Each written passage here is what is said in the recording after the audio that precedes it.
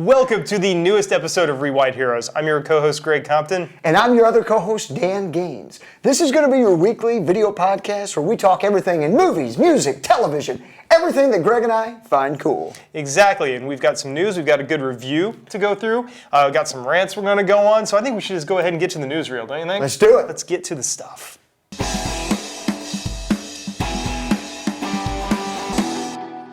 Well, Greg, for our first story, Christopher Nolan is kind of changing it up a little bit. I've heard of that guy. Yeah, he's had just a couple movies that are decent. Well, he's going to be doing a World War II drama this time around called Dunkirk. And they just released, I wouldn't even call this a teaser trailer, it was more of an announcement trailer. But what were your initial thoughts of this? I like all that he does. I don't know why I said of this. Of this. Of Dunkirk. He's a great director. He's done really good things. I like historical dramas, so I think that's cool. Yep. I know it's definitely going to be soldiers kind of stuck on the beach. It's like you've got the water behind you, and you can only go one direction, including the fact that Harry Styles in One Direction is in it. So I think that's interesting. Wow, I didn't even know that. Had to go there, and you didn't even think it was funny. I tried. I'm laughing on the inside. No, I think it's a lot of unknown actors, but they are bringing in some veteran Tom Hardy's actors. in it. Yep. Yeah, and I mean, I have full faith that what he does is going to be really great. So maybe it's got that Saving Private Ryan feel. I don't know. It looks it. They don't give you a lot in the trailer, but I'm all about it. I agree, and I think it was really just to let us know it's coming. I mean, they big time pubbing. Hey, this is Christopher Nolan. This is next project. But I don't know, just seeing the reactions on whatever the hell is coming, it's not going to be good. Well, it's obviously like Invasion of Planes. And you hear that sound is what I think is awesome. And what's going to be refreshing is he's a great filmmaker. He did a great job with the Batman series. What he is so known for are mind screw films, with your Inceptions and your Interstellar, that this might be more straightforward. But still with his cinematography, well, yeah, obviously it is. And so with the cinematography, storytelling and all that, but something that's easier to kind of consume. I'm really looking forward to it. And it's cool that it's his original screenplay as well. So I'm looking forward to it. What do we got next? Well, it wouldn't be a Rewind Heroes episode without Dan talking about a particular franchise. So why don't you take it away? I'm just going to apologize. I can't help it. We're getting closer. It's August. We're not that far from Rogue One, so Star Wars news is probably going to be more plentiful. But it just was released, and we've heard this once before, maybe even 3 or 4 times, that Lucasfilm is in discussion with ABC to finally release, and I say finally because we'll discuss this, a live-action primetime Star Wars television series. Greg, I've got my thoughts. What are yours? I'm a huge Star Wars fan, but I could leave this just because I don't want an oversaturation. I felt, now you like Rebels, I've enjoyed it. I think love it. Clone Wars, I was not a fan of. I felt like there was this oversaturation of it. I want to make sure if it's live action, which is part of the reason before that they couldn't, with budget, make it quite the way they wanted it to look. Yeah, That's why Marvel Agents of S.H.I.E.L.D. is good, but it doesn't have Avengers quality. I mean, you just can't. And so it depends on the kind of storytelling that they're doing. It all is going to depend on the story arc and the characters. If it's done well, like offshoot characters, but it makes sense, I'm all for it. But I'm wary of it. So, your thoughts? Overall, for me, exactly the point you just made about Agents of S.H.I.E.L.D. If you're going to do a Star Wars series on television, it doesn't work for broadcast, in my opinion. It needs to be almost like an HBO or a Netflix series where you've got the budget and you can do more with it. I'm afraid it's going to come off very campy. Again, it's going to matter what is the era that we're even talking about. What are the characters? What's the story? But I'm not for this. I don't think it's necessary. Star Wars is an event, and to me, when it's coming on weekly in a live-action series that it's going to have this, it's not going to have the Star Wars quality, the scale, the epic feel that you need. So to me, I don't need it. The only thing I will say is that in 2005, George Lucas developed a full-on, apparently 50 episodes called Star Wars Underworld, which was all about kind of these gangs and smugglers. I'm curious to see that, but again, I don't think I need to see that in a TV series. I want to read that as a novel or as a comic book. But Star Wars isn't made for TV. Now I would be okay if Comedy Central did a series that was just a reality show of Jar Jar Binks' life in the Senate. Oh, God. Misa keeping it real. It would be great. He's just like cursing and they're bleeping him out and all that, and you see the real Jar Jar. Yes, that sounds like a great idea. Greg, what do we have next? So what do we have next is, speaking of bad ideas, Hollywood, stop. Just stop, please. Because Make him stop. Yes. remake craziness. We've heard that they are remaking Splash, and all of a sudden Channing Tatum is going to be the merman, and we're flipping it around. And we've heard that Rebel Wilson is going to do Dirty Rotten Scoundrels, which is already a great film, but it was a remake of a film by a different title that had Marlon Brando in it. But now we have to do it again, and now it's two women as the con artist, conning a tech guy, and then that's okay because after this she's doing a remake of Private Benjamin that was a Goldie Hawn vehicle, which wasn't anything screaming for a remake. And then the one that topped it off for me was finally we're going to do something with The Rocketeer and resurrect it, which I don't know if you've seen it lately or not lately. No, that was a great film. Yeah. And I think it could be a great thing to do, and they want to go a little later, but now all of a sudden it's called Rocketeers. Whether the main character's in it, I don't know, but the new main character will be an African-American female World War II pilot, I think is where they went with it, which I don't know. I mean, I know you have Tuskegee Airmen and stuff like that, but I don't know if there are African-American female pilots in the 40s, so you're almost stretching for that. And my thought is keep the characters that you love, if that's a series you love. Yeah. Keep the characters that you loved in it, and then if you want to call it Rocketeers, bring in other people. Maybe she's a pilot working at his, the little airport or something. Bring people in that way that have to help because he's getting older or something. There are ways to do stuff, but when you start turning things on its head and gender swapping it just for the sake of it, instead of remaking things, Hollywood, let's make new things that are great.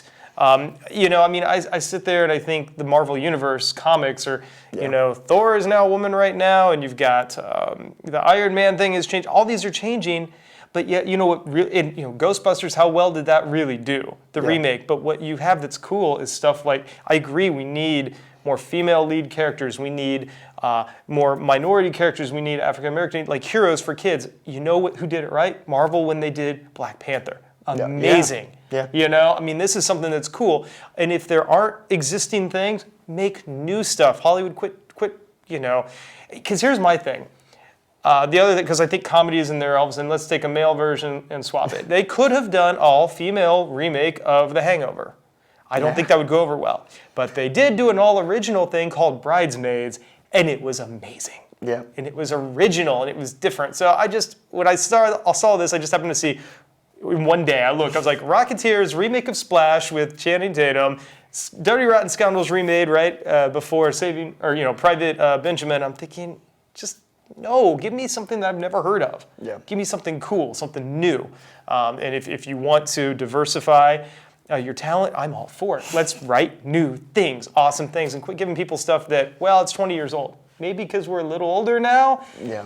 If you're in college, you've not seen any of these things before, so it's all new to you, I guess. But it just seems like we've had too many remakes lately. No, I 100% agree. I mean, you covered everything I was going to say. So I'm just going to say, that was my soapbox. You right, Hollywood, you wrong. There you go. I'm just saying. And you know what else I would say? Can we just do if Rocketeer? Can we just do take some of the comic ideas and do a series? That's one that would be a great series. that's the series we should be hearing about on ABC. That would be such a great time period series. I would love it. I would love it. Cool. So anyway. Well, I think that's all we've got for news. That's all we got for news. Off the soapbox and onto the... Greg's off the soapbox, but you know what? He's back. We both saw the new Jason Bourne. Should we review it? I think so. Feeling born again. Let's do it. Let's do it.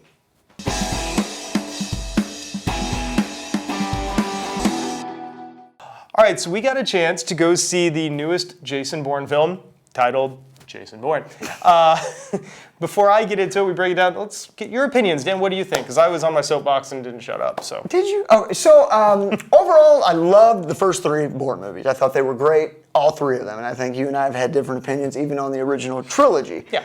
But for me, Jason Bourne, we waited 9 years for this, and I left the theater going, meh. It wasn't a bad film, but I didn't leave with the same feeling I had after all three of the originals. Right. It just, to me, felt like, been here, done that. I felt like if you're going to bring a character like Jason Bourne back, let's change it up. Let's do something a little more epic, something that maybe I had a little too high expectations, but overall, I thought it was okay. What'd you think? This is my genre, really, of films, spy movies. I really loved the first three. In fact, I think Identity was probably my favorite, which a lot of people don't go that route. But, I mean, for some reason, I just love that film. I really enjoyed this because, to me, it was everything a Jason Bourne film should be. It covered everything that I expected. My expectations were met because this is what it was.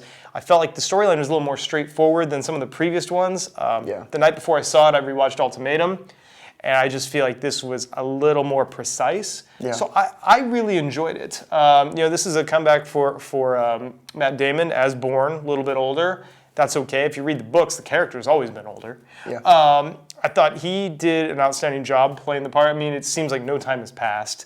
That's true. I think, you've got Paul Greengrass has come back as the director, and which is interesting because people are so happy about that. Now, he did not do the original one or design the whole look. Yeah. That was Doug Liman that came out with Bourne Identity. And if you notice, the shaky cam is crazy there, but not as much as Greengrass. I feel like he and the other two and this one get a little too much into the motion, especially the fight sequences. Yeah, you can't even tell. I feel like I'm watching freaking Michael Bay's Transformers fight scene. You have no idea what's going on. Yeah, so there's a part of me that almost wished we could get a Doug Liman version again. Yeah, that's interesting. Just a little thing. Tommy Lee Jones, I thought he was a bright spot in here. What did you think of Tommy Lee Jones? 100%. Tommy Lee Jones was phenomenal in this. He, and we'll get into some of the other actors in this, but he, to me, he's always great. I think he's got a future somewhere in acting. I think he's going to do all right. He might have a career. But no, in this. he was phenomenal in that. I honestly have nothing but positive things to say about him in this film. He did. Alicia, is it Vikander? I think it's Vikander. Vikander, how do you pronounce it? And who's big time. I mean, she's moving right up the ladder. She is. She was playing Heather Lee, who, Tommy Lee Jones is a CIA director, Dewey. Heather Lee, she's kind of in the agency. She's trying to move up. She's gunning for the job, obviously. I felt like, here's the interesting thing. After knowing that she was going to be the new Tomb Raider, I instantly started looking at this differently. When I knew she was going to be Lara Croft. I was just curious if there would ever be a scene when she went in the field, would there be an action sequence or something? And it didn't need it, and there wasn't that. So you were kind of waiting for that kind of thing? But there's a part of me that almost wondered, would I see, something that would be that hint? Like I said, the Skull Island looks like it's going, and the, what was it called, Night Manager or whatever, seemed to be Tom Hiddleston, James Bond audition tapes. Interesting. That's an interesting way. It's just interesting. Think about that. Honestly, that didn't even enter my mind when I was watching. Yeah, I was like, oh hey, the Lara Croft. But I thought she did good. She was, I think, and she's great. I think she really is. I want to see more of her. Yeah. I don't know if I'm excited about Tomb Raider, but get her in some more roles, definitely. Julia Stiles is back as Nikki Parsons for a while. Yeah, is this spoiler free? At this point, do you want to go into some spoilers? We already said what we thought about the film. Honestly, even if you haven't seen it, the spoilers aren't really spoilers in this kind of film. I don't think. That's an interesting thing to say, but... Well, I mean, in fact, that you already know the basis is he's trying to hunt down information about his dad. You get that in the I guess trailer. that's true, yeah. So let's go ahead. We'll spoil through here, but I don't think it would destroy your enjoyment or lack of the film. I just was going to say when we say she's in there for a while, it's like, well, his love interest gets taken out once again early on in the film. That, I'm not going to lie, as soon as that happened, I'm like, oh, okay, so we're doing this again. Yeah, which is exactly what happened to his first... right, and those were moments that I was kind of like, I feel like I've seen this. It's like they were trying to pull at our heartstrings. Like, people like this in our other Bourne movies. Let's do it again. They'll love it again, right? Yeah. That was the kind of stuff. That's true. I mean, there's a lot of that. There are the car chases. Which, it's an action movie. They're going to have it. Things are taken to the top. Of course, I mean, Supremacy and Ultimatum did the exact same thing. This is very formulaic. To that, Bond movies are pretty formulaic, give or take. So it's one of those series you know what you're getting when you walk in. I agree. No, I was a big fan. I did like how the guy the asset that came after him is an older guy. Which you thought, this is strange, but then you realize why he's got such personal connection. Then you realize he's more working for Tommy Lee than he's working for, what was the group? Iron Hand, I think was the name of it. Sounds right. I can't remember the name of the group. Yeah, between you had, Blackfire, you had all these different groups, Treadstone, kind of these underhanded ops. Yeah, that was a cool spin on it. I thought they did a nice job with that. It was a guy who he had been in prison because of Bourne's actions. And so he had a personal stake in it, which normally these guys are very detached. So that was kind of an interesting take on it. I liked that. Yeah, I agree. I didn't know that a SWAT vehicle could run over that many cars. I will say, though, that chase scene was pretty damn phenomenal. That was. The action in this movie is superior. I mean, that was fun as hell. The action does not disappoint. It did not disappoint on any level. It was fun to watch. It just felt like this was an action movie that, for me, it was like, and you did say that the storyline was a little more straightforward this time, easier to follow. But I actually think that at one point it kind of gets muffled a little bit, and then at the end you're like, oh, that's right. It's muddled a little bit because the plot doesn't actually matter. It gets muddled because of this whole intersection with Deep Dream. So you at least agree that social it did a media. little bit. Yeah. You had to sit there and wrap your brain around why is this important, other than to give it. The only way it was is that you realize that the director, part of what this is not just regular Black Ops, but also it's the cyber world, and the thought was to gain full access to whatever this world's equivalent of Facebook is, to be able to get all this information from people. Because he had a previous thing with the owner of Deep Dream, this tech guy, to get information from people. That's what he's seeking for.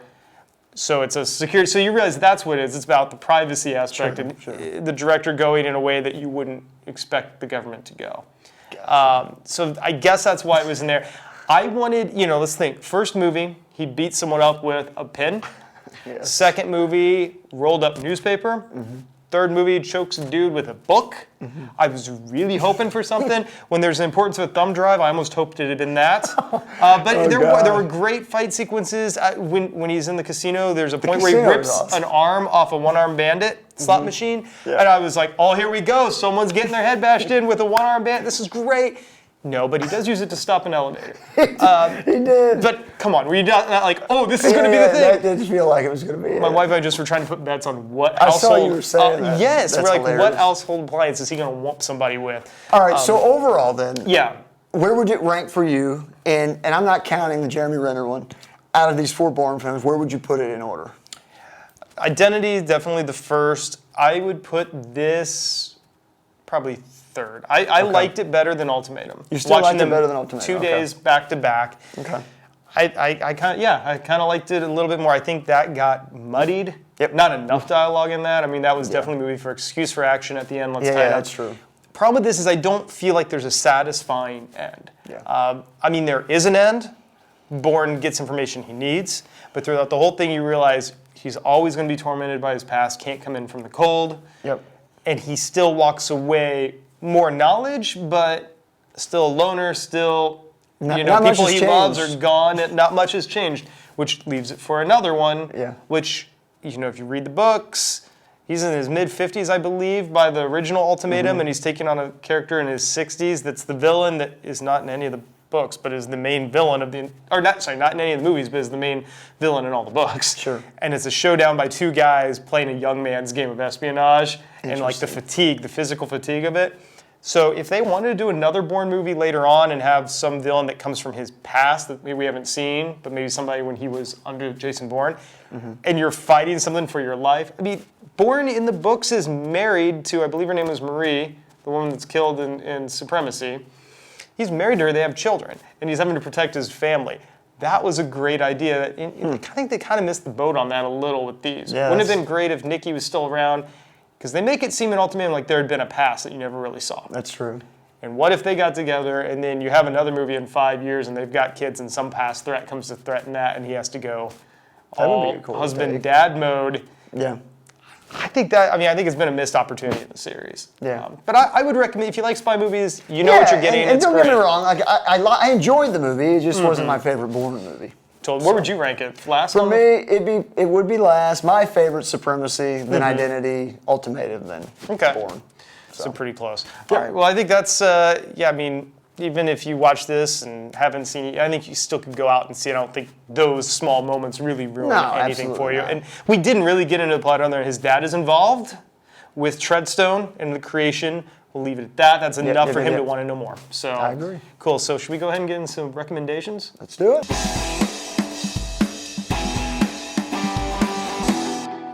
All right, Greg. Here we are. We're at the final stretch. What is your recommendation this week? My recommendation this week is a new album I picked up. Actually, there was one I was going to put out because one of my favorite bands just put out an album today. Which is more of a compilation thing, but that's a hint for next episode. I want to be able to listen to it a little more before I talk about it. He's going to torture us like this, make us always. But the one that I just picked up earlier this week that I'm really enjoying is by a band called The Record Company. And I've been hearing one song get a lot of radio play called Off the Ground. We'll put this on our Spotify page, which if you look, you can find that. It's got all our mixes and stuff and a few things from all our audio recommendations. It's great. It's definitely kind of that folky Americana rock, kind of a slide guitar, really great bass lines. But record company, the album is called Give It Back to You. It's really strong. It's mixes of folkish rock, country-ish rock, and almost like Bo Diddley beats at times. Diddley? It's very stripped down, like a mix of country blues. It's not a country album. I do not like country, but it's definitely a stripped down American rock album. That's very cool. Awesome. Yeah. What do you got? So basically, this week I'm going to recommend another book. This is the second entry in the Aftermath series, which takes place right after Jedi, and hopefully by the third book we're going to start right where Force Awakens begins. So Chuck Winding has Star Wars Aftermath Life Debt, and this is focusing in on Han and Chewie and Leia, but for what I'm really recommending this for is you need to read this book, because the last one I was not a huge fan of, but because I have to read anything and everything with the Star Wars label on it, I picked it up, and this book, I'm about halfway through, is great. I'm having a blast reading it, and what's cool about it is they already announced the third book in the series is called Empire's End, and apparently most of this book is going to take place on the planet of Jakku. So it's going to kind of tie right into where Rey's at, and maybe we'll find out some little morsels about her family. I doubt it, but you never know. But check it out. It's been really, really fun to read, and don't judge it by the book of the first. The sequel's been a lot better. Well, good. And one other thing, just because I showed a picture, though this is actually a compilation. I'm not a big comic guy as far as reading it. I was when I was younger, but check out the original Rocketeer comic, which is great. That's awesome. And this is actually the guy that wrote those passed. So this is something I actually picked up at Half Price Books, but the artwork is beautiful in this thing. That's cool. And it's a compilation of short stories by different artists that take a totally different take on it. But it's got that great Art Deco look, some short stories. Rocketeer is just a cool character. That's cool. So check that out too. So where can they find you on the old interwebs? So first of all, please like us on Facebook, follow us on YouTube. We're also on Twitter, Instagram. We're on Spotify, like Greg mentioned. But if you want to check out my personal page, I'm simply @DanGaines on Facebook and Twitter. Greg, where can they find you? GCompton007 on Twitter. We're also working on some Morse code signals to send out. So that'd be pretty cool too. Anything and everything we can. We're not on Snapchat yet. We're not on Vine. There's a lot of other things out there. I'm cool not being on those things. We might be soon. I'm working hard at it. It's all this guy. So, I think that's a good show. We may or may not be back next week. We've got a crazy week, so it might be a week before we do another show. But until then, be kind. And please, rewind.